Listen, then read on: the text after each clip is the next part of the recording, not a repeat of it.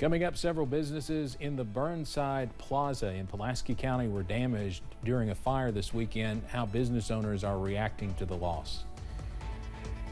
And the University of Kentucky is going to trial. Two students say the university violated Title IX.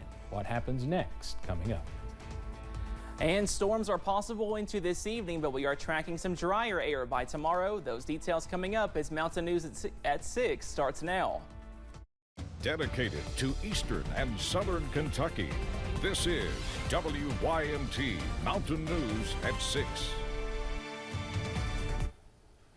Good evening again. We've had some strong storms roll through the area all afternoon. This is some time-lapse footage from Barberville today. It shows chickens in a barnyard reacting to the storm as the National Weather Service issued a tornado warning earlier today. WYMT's First Alert meteorologist Cameron Aaron has more about what we can expect tonight and tomorrow. And Cameron, it seems like things are calming down.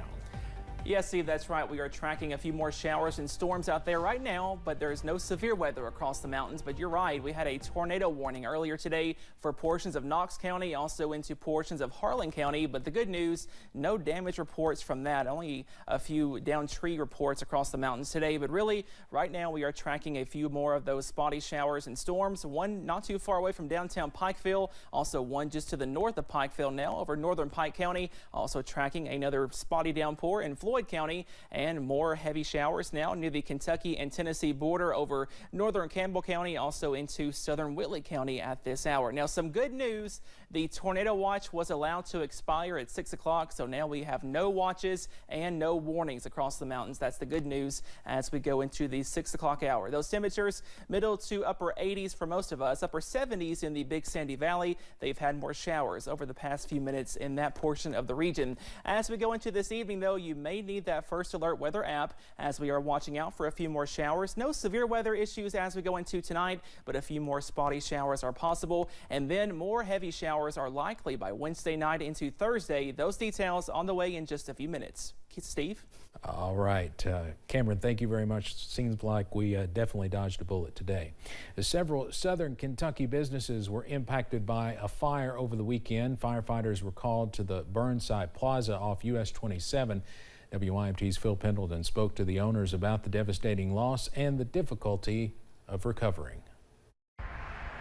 The vendors and buyers represent people from all over the country, as evidenced by a map that used to be in the barn. It was cork, and she drew the United States on there, all the states, and people would put a pin where they were from, and it was covered in pins.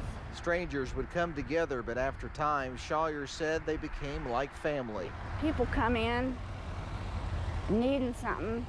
Jody gives it to them. Now Dennis and Jody Greer may be in need of help themselves after everything inside the vendor mall was destroyed. It would be great.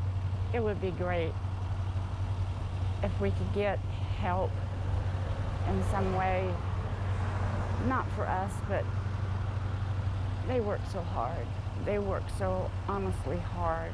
This fire remains under investigation by the state fire marshal. The fire chief says that the insurance company will be doing their own independent investigation. The owner says that it's a very complicated situation because many of the vendors did not carry individual insurance on their individual booths. Greer says he believes in working for what you have, but this loss may have him without a lot of options.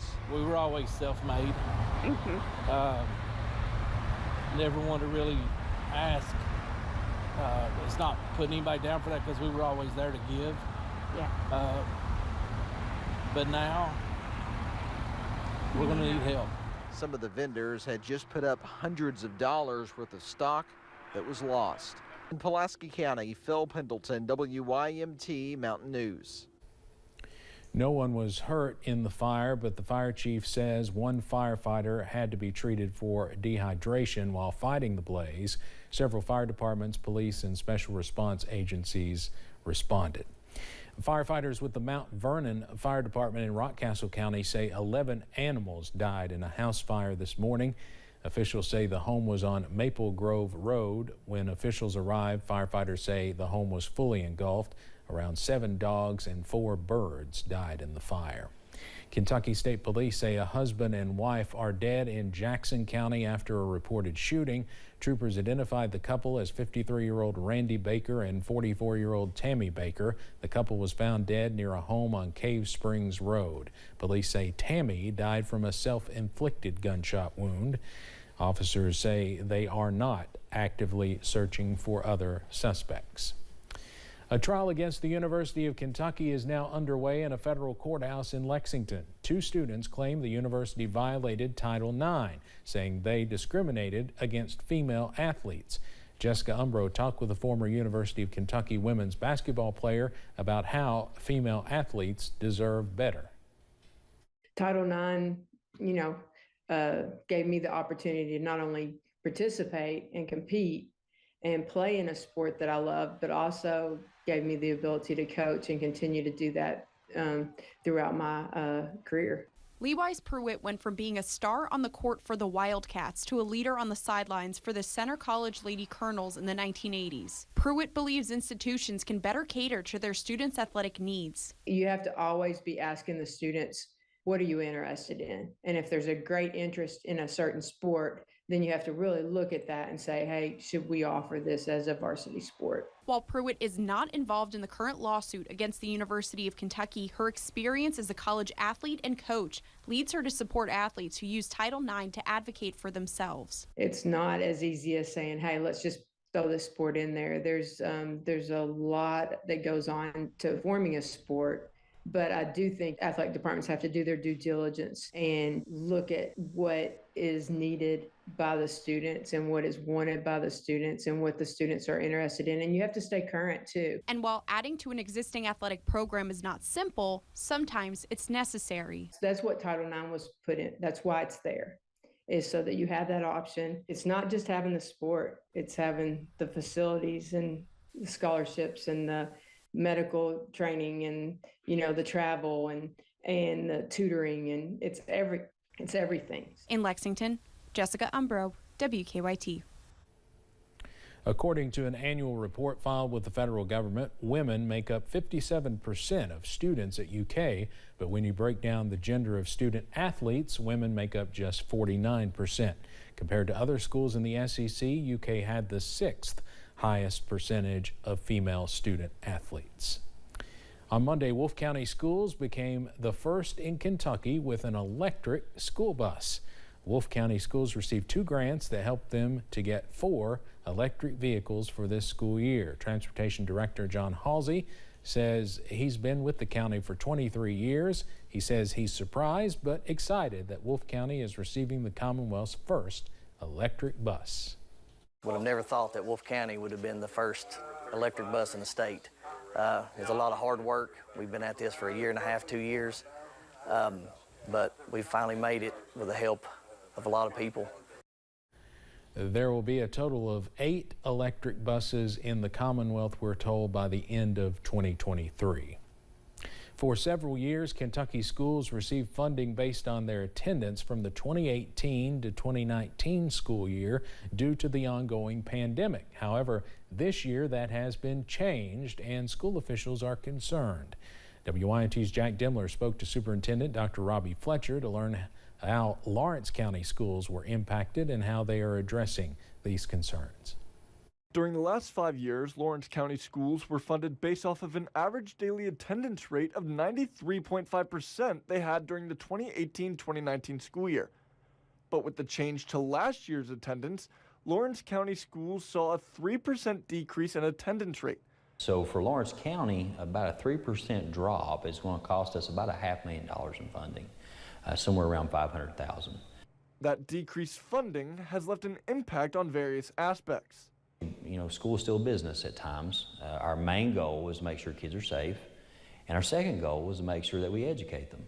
And then on the third end, we have to make sure in order to make those other 2 happen, you have to have the proper funding. And this year, school officials are focused on increasing the attendance back to pre-COVID numbers and helping other areas such as teacher salaries. But our goal, again, is we hope to get our attendance up and then look at increasing our salaries for our staff members. Some of the way Lawrence County school officials are looking to address the attendance concerns is by continuing to incentivize attendance. We're doing attendance incentives across the district. You know, have high attendance days. Different schools will do different things. We've had businesses to donate bicycles for perfect attendance and things like that too, where we give out bicycles. Continuing to find ways to bring back pre-pandemic numbers 5 years later. In Louisa, Jack Demler, WYMT Mountain News. The Lawrence County school year begins on Wednesday. As the new school year begins, there will be increased traffic throughout eastern Kentucky. Superintendent Brent Hoover with Knott County Schools hopes drivers will use more caution and be on the lookout for school buses when they are traveling during those school operating hours and while in school zones. We still have a lot of compromised road conditions in Knott County, so I would ask that motorists just be very aware for the next week or so of that big yellow school bus. Give it lots of room, and when those flashing red lights are on, please stop. Knott County Schools will be on a regular schedule starting on August 9th, and Hoover says you can check their social media sites for a video detailing safe loading and unloading procedures for parents. Well, the severe weather threat is fading away. However, we are still watching out for a few more spotty downpours across the mountains. Those details on the way next. Plus, how one Johnson County dad and daughter duo are making a living by buying a circus. We'll take a look at the exhibit of oddities. WYMT